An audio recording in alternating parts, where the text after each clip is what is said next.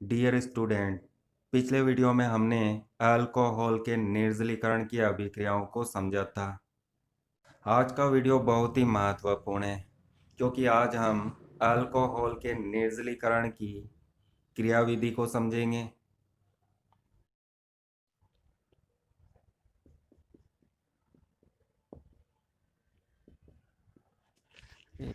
क्रियाविधि का प्रथम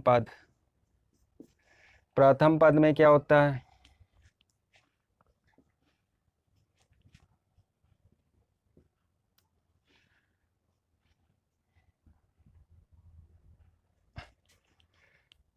ऑक्सीजन पर दो एकाकी युग्म होते हैं। इन एकाकी युग्म के कारण अल्कोहल क्षार की तरह व्यवहार करता है। अल्कोहल दुर्बल क्षार होता है। कौन सा क्षार होता है? लुईस क्षार होता है। लुईस के अनुसार वे सभी पदार्थ जो इलेक्ट्रॉन युग्म देते हैं, इलेक्ट्रॉन युग्म दाता होते हैं, लुईस क्षार कहलाते हैं।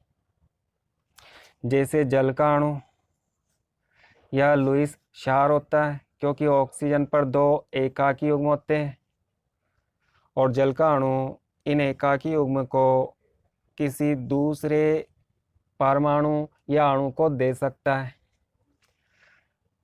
अमोनिया गैस के अणु में नाइट्रोजन पर एक एकाकी युग्म होता है। क्लोरीन का ऋणायन, क्लोरीन पर एकाकी युग्म होते हैं। वे सभी पदार्थ जिनके पास इलेक्ट्रॉन की अधिकता होती है या उनमें एकाकी युग्म उपस्थित होते हैं, वे लुईस के अनुसार इलेक्ट्रॉन युग्म दाता होते हैं। इनको लुईस क्षार बोला जाता है। तो लुईस के अनुसार अल्कोहल क्षार होता है। क्षार के साथ कौन क्रिया करता है? क्षार के साथ अम्ल की क्रिया होती है। और यहाँ पर हम किस अम्ल का उपयोग करते हैं? सांद्र H2SO4 अम्ल का उपयोग करते हैं, जो कि एक प्रबल अम्ल है।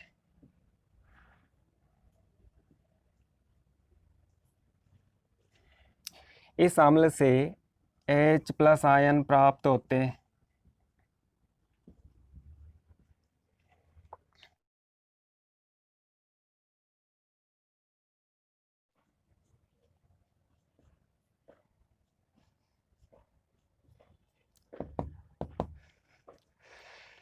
इस अम्ल से प्राप्त H+ आयन अल्कोहल की ऑक्सीजन पर आक्रमण करते हैं। क्योंकि अल्कोहल यहाँ पर दुर्बल क्षार है और अम्ल प्रबल अम्ल है, तो अम्ल क्षार से क्रिया करता है। अम्ल का H+ आयन इस ऑक्सीजन पर आक्रमण करता है।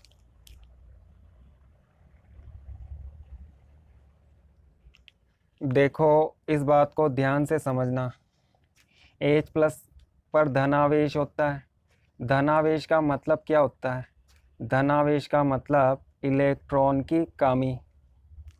H+ आयन के पास इलेक्ट्रॉन की कमी होती है और ऑक्सीजन के पास दो एकाकी इलेक्ट्रॉन युग्म होते हैं और यह इलेक्ट्रॉन युग्म देना चाहता है और यह इलेक्ट्रॉन युग्म लेना चाहता है।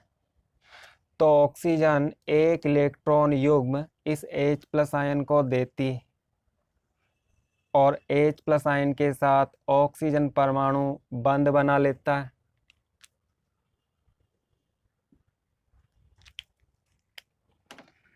तो क्या बनता है?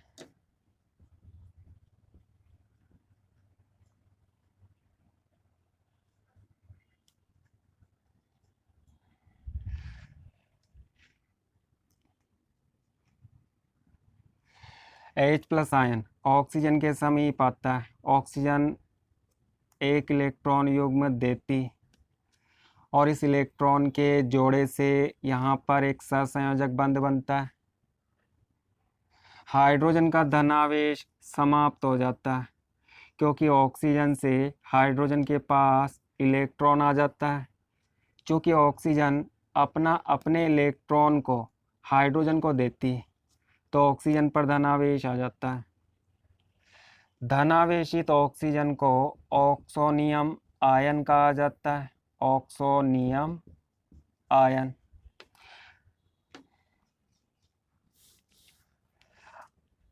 अम्ल और क्षार की क्रिया से लवण बनता है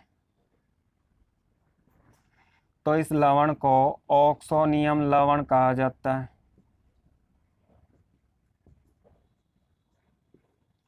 ऑक्सोनियम लवण। आप इसे प्रोटोनित अल्कोहल भी कह सकते हो। इसका मतलब क्या होता है? H+ आयन को प्रोटॉन कहा जाता है क्योंकि इस आयन में केवल प्रोटॉन होता है। इसमें इलेक्ट्रॉन और न्यूट्रॉन अनुपस्थित होते हैं। 1H1। हाइड्रोजन का परमाणु क्रमांक 1 होता है, मतलब प्रोटॉन की संख्या 1 होती है। हाइड्रोजन में इलेक्ट्रॉन की संख्या 1 होती है और न्यूट्रॉन की संख्या 0 होती है। जब हाइड्रोजन परमाणु 1 इलेक्ट्रॉन देता है तो इलेक्ट्रॉन की संख्या 0 हो जाती है। इलेक्ट्रॉन देने से इस हाइड्रोजन पर धनावेश आ जाता है। धनावेशित हाइड्रोजन में केवल प्रोटॉन होता है, इलेक्ट्रॉन और न्यूट्रॉन अनुपस्थित होते हैं तो धनावेशित हाइड्रोजन को प्रोटॉन कहा जाता है। जब किसी पदार्थ के साथ यह प्रोटॉन जुड़ जाता है तो उस पदार्थ को प्रोटोनित पदार्थ कहा जाता है। अल्कोहल के साथ प्रोटॉन जुड़ जाता है तो प्राप्त अल्कोहल को प्रोटोनित अल्कोहल कहा जाता है और यह अस्थायी होता है। इसके अस्थायी होने का कारण क्या है? तो यहाँ पर देखो, ऑक्सीजन की संयोजकता कितनी होती है?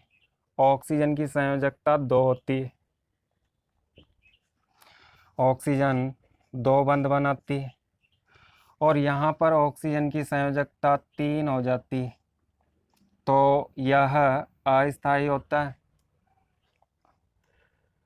दूसरे पद में ऑक्सोनियम लवण भाग लेता है।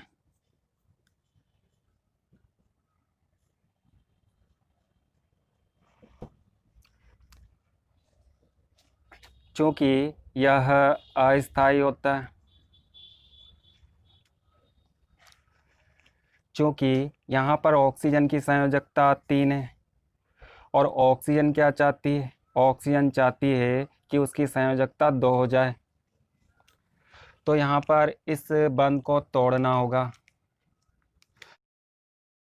ऑक्सीजन के पास इलेक्ट्रॉन की कमी होती है तो ऑक्सीजन इस बंध में उपस्थित 2 इलेक्ट्रॉन को अपनी ओर आकर्षित करती है। बंध के दोनों इलेक्ट्रॉन ऑक्सीजन पर चले जाते हैं और यह बंध टूट जाता है तो यहाँ से अलग हो जाता है जल का अणु।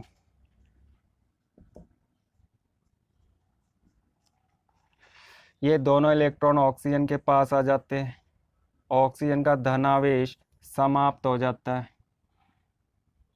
तो इस तरह से जल का अणु बनता है जिसे हम लिख सकते हैं H2O। इन दोनों में से एक इलेक्ट्रॉन इस कार्बन का होता है तो कार्बन के पास एक इलेक्ट्रॉन की कमी हो जाती है, कार्बन पर धनावेश आ जाता है। इस कार्बन पर धनावेश आ जाता है, क्या बनता है? कार्ब धनायन बनता है।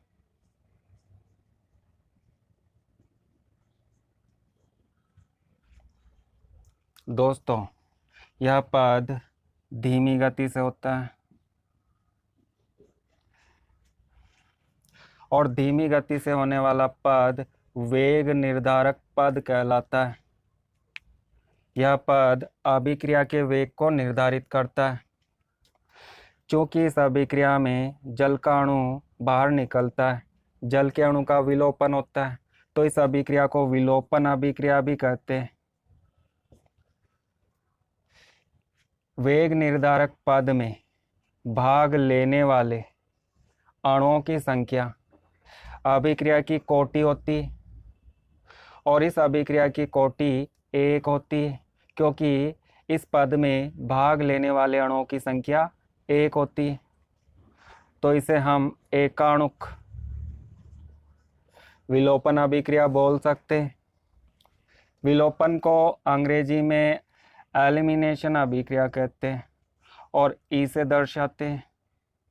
चूँकि यह एकाणुक अभिक्रिया है, तो एकाणुक विलोपन अभिक्रिया को E1 से दर्शाते हैं।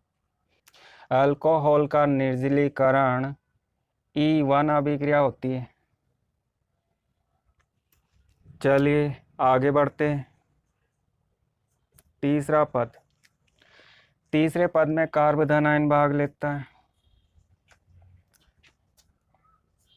इस कार्बन के साथ 3 हाइड्रोजन जुड़े होते हैं, तो हम ऐसा करते हैं, एक हाइड्रोजन को बाहर की ओर दर्शाते हैं, बाकी 2 हाइड्रोजन कार्बन के साथ दर्शाते हैं।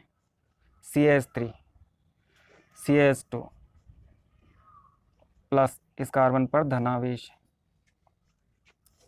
तो यहाँ पर क्या होता है दोस्तों, इस अभिक्रिया में सल्फ्यूरिक अम्ल उत्प्रेरक का काम करता है, और उत्प्रेरक अभिक्रिया में जैसा मिलाते हैं वैसा ही प्राप्त हो जाता है। यहाँ पर उत्प्रेरक द्वारा H+ आयन दिया जाता है। H+ आयन अभिक्रिया में भाग लेता है, और इस तीसरे पद में H+ आयन बाहर निकल जाता है। इस कार्बन पर धनावेश होता है, इसके पास इलेक्ट्रॉन की कमी होती है, और इसकी संयोजकता 3 होती है। यह केवल 3 बंध बनाता है, और इस कार्बन की संयोजकता 4 होती है। यह 4 बंध बनाता है। यह कार्बन क्या चाहता है? यह चाहता है कि इसकी संयोजकता 4 हो जाए। तो यह कार्बन क्या करता है? समीप के कार्बन पर उपस्थित कार्बन हाइड्रोजन बंध के इलेक्ट्रॉन को आकर्षित करता है।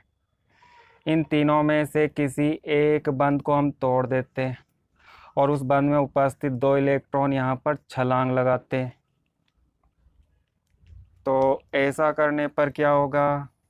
दोनों कार्बन परमाणुओं के बीच एक सहसंयोजक बंध का निर्माण होगा।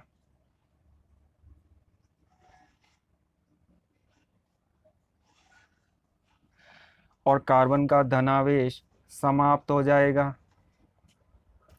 इन दोनों में से एक इलेक्ट्रॉन इस हाइड्रोजन का होता है, तो हाइड्रोजन के पास एक इलेक्ट्रॉन की कमी हो जाती है, और यहाँ से H+ आयन अलग हो जाता है। कार्बन के 3 सहसंयोजक बंध होते हैं, और वह चौथा बंध बनाने के लिए समीप के कार्बन के बंधों से इलेक्ट्रॉन युग्म आकर्षित करता है। तो यहाँ से H+ आयन अलग हो जाता है। H+ आयन को प्रोटॉन कहते हैं, और प्रोटॉन का अलग होना विप्रोटॉनन कहलाता है। प्रोटॉन का जुड़ना प्रोटोनन कहलाता है, और प्रोटॉन का अलग होना विप्रोटोनन कहलाता है। देखो यहाँ पर मज़े की बात क्या है, सल्फ्यूरिक अम्ल उत्प्रेरक का कार्य करता है, और उत्प्रेरक को जैसा मिलाते हैं उत्प्रेरक वैसा ही प्राप्त हो जाता है।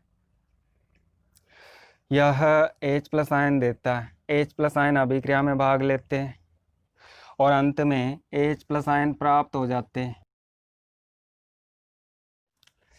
ये H+ आयन क्या करते हैं? H2SO4 से प्राप्त इस ऋण आयन के साथ जुड़ जाते हैं।